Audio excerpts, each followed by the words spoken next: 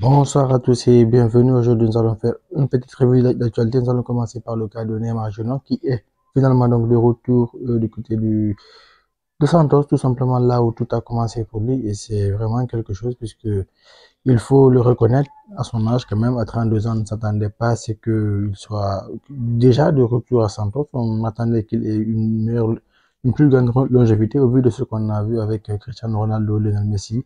On s'attendait, lui, surtout avec Eden Hazard, on s'attendait à ce que, à cet âge-là, qu'il soit encore dans des gros clubs européens, qu'il soit performant, qu'il soit vraiment dans la lutte pour le ballon d'or et autres. Mais malheureusement, que ce soit pour lui et pour Eden Hazard, ce qui fait vraiment mal, des créateurs de jeux vraiment incroyables, des joueurs ultra performants sur le terrain qui, malheureusement, à cet âge-là, ne sont tout simplement pas en Europe. Eden, lui, a déjà pris sa retraite.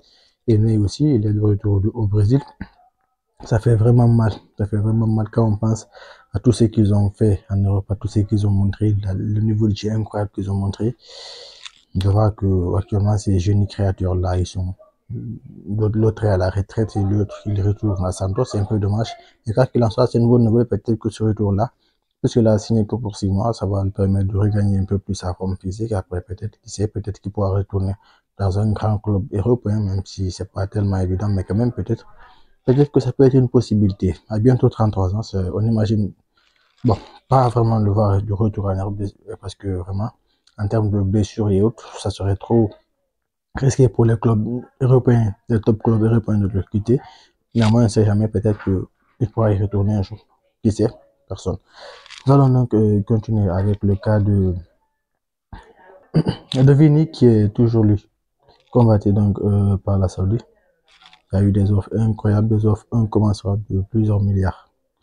Donc plusieurs millions d'euros de la part de Dalila notamment qui veut le recruter donc à tout prix.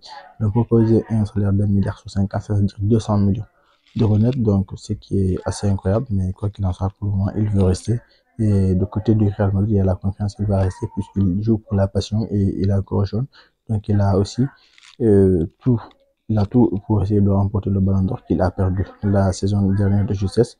Donc tout est possible pour lui et ce qui est sûr, ce qui est évident, il va rester du côté de l'Europe pendant de très nombreuses années. C'est quand c'est concerne cette revue de presse. Et savoir ce que tu as pensé de cette revue de presse avec le prochain.